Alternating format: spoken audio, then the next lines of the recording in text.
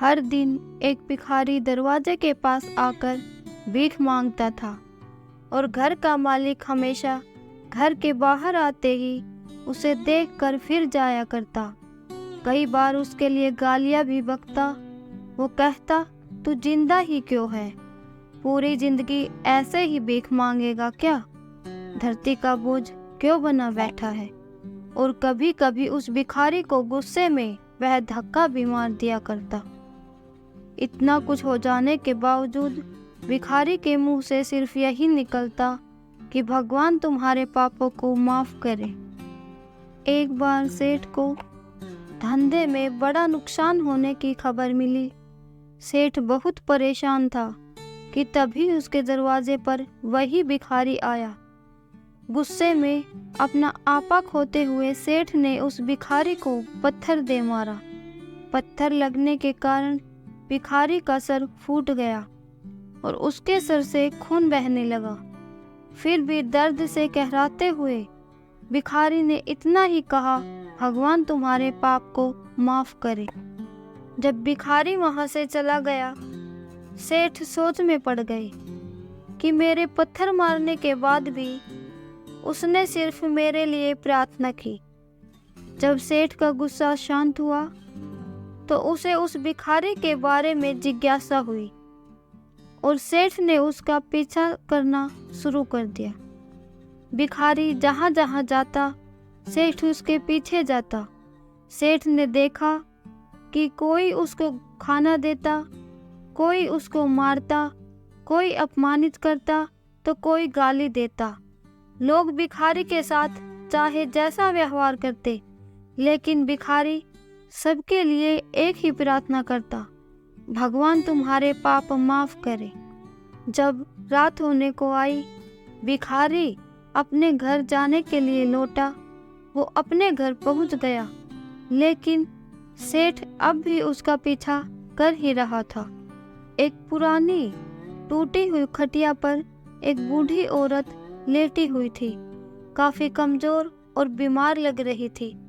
वह भिखारी की पत्नी थी। अपने पति को वापस आता देख वह खाट से उठ खड़ी हुई। पत्नी ने अपने पति के भीख वाले कटोरे में देखा, उसमें सिर्फ आधी बासी रोटी थी। उसे देखकर वह बोली, आज बस इतना ही मिला? और हाँ, आपके सिर से खून निकल रहा है, ये चोट कैसे लगी? बूढ़ा भिखारी बोला, आज बस इतना ही मिला। किसी ने कुछ दिया ही नहीं। सब ने गालियां दी और एक ने पत्थर भी फेंका, इसलिए मेरा सर फट गया। एक गहरी ठंडी सांस लेकर बूढ़ा भिखारी फिर से बोला, यह मेरे ही पापों का फल है। तुम्हें याद है कुछ सालों पहले हम कितने अमीर थे? क्या कुछ नहीं था हमारे पास? हमारे पास हर चीज जरूरत से ज्यादा थी, लेकिन हमने कभी दान नहीं किया। और उससे भी बुरा हमने उस अंधे भिखारी के साथ किया, जो हमारे द्वार पर भीख मांगने आया करता था। बूढ़ी पत्नी की आंखों में आंसू आ गए। वह बोली, हाँ, हम उस बेचारे अंधे के साथ बहुत बुरा करते थे। उसका अपमान करते थे। उसे खाने के लिए रोटी की जगह कागज दिया करते। उसका मजाक उड़ाया करते और कभी कभी मारा भी करते। मैंने कभी उसको रास्ता नहीं दिखाया। एक बार मैंने उसके मुंह पर मिट्टी भी फेंकी थी और वह हमेशा दुखी होकर यही कहता कि भगवान तुम्हें तुम्हारे किए की सजा देगा। भगवान तुम्हारे पापों की सजा जरूर देगा। उसका श्राप सच हुआ और हम इस दुख भरी जिंदगी में आ गए। भिखारी बोला, हाँ, उसका श्राप सच हुआ, इसलिए मैं किसी को बद्दुआ नहीं देता।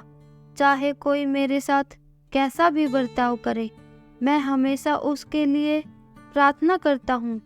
मैं नहीं चाहता कि कोई भी हमारे जैसे जिंदगी का अनुभव करे। किसी को भी हमारे जैसे दुखों का सामना ना करना पड़े। वो नहीं जानते कि वह कितना बड़ा पाप कर रहे हैं, इसलिए अनजाने में हुए पाप की ऐसी सजा किसी को भी मिले मैं नहीं चाहता। सेठ वहीं पर छुपकर यह सारी बातें सुन रहा था। अब उसे सब कुछ समझ में आ गया था। भिखारी और उसकी पत्नी ने वह आधी रोटी मिल बांट कर खाई और भगवान को धन्यवाद बोलकर सो गए। अगले दिन वही भिखारी फिर से भीख मांगने गया। सेठ के घर के सामने जाते ही सेठ ने पहले से गरम रोटियां उसके लिए निकाल कर रखी थी।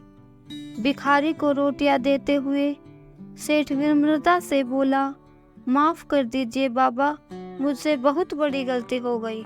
बूढ़ा भिखारी बोला, भगवान तेरा भला करे।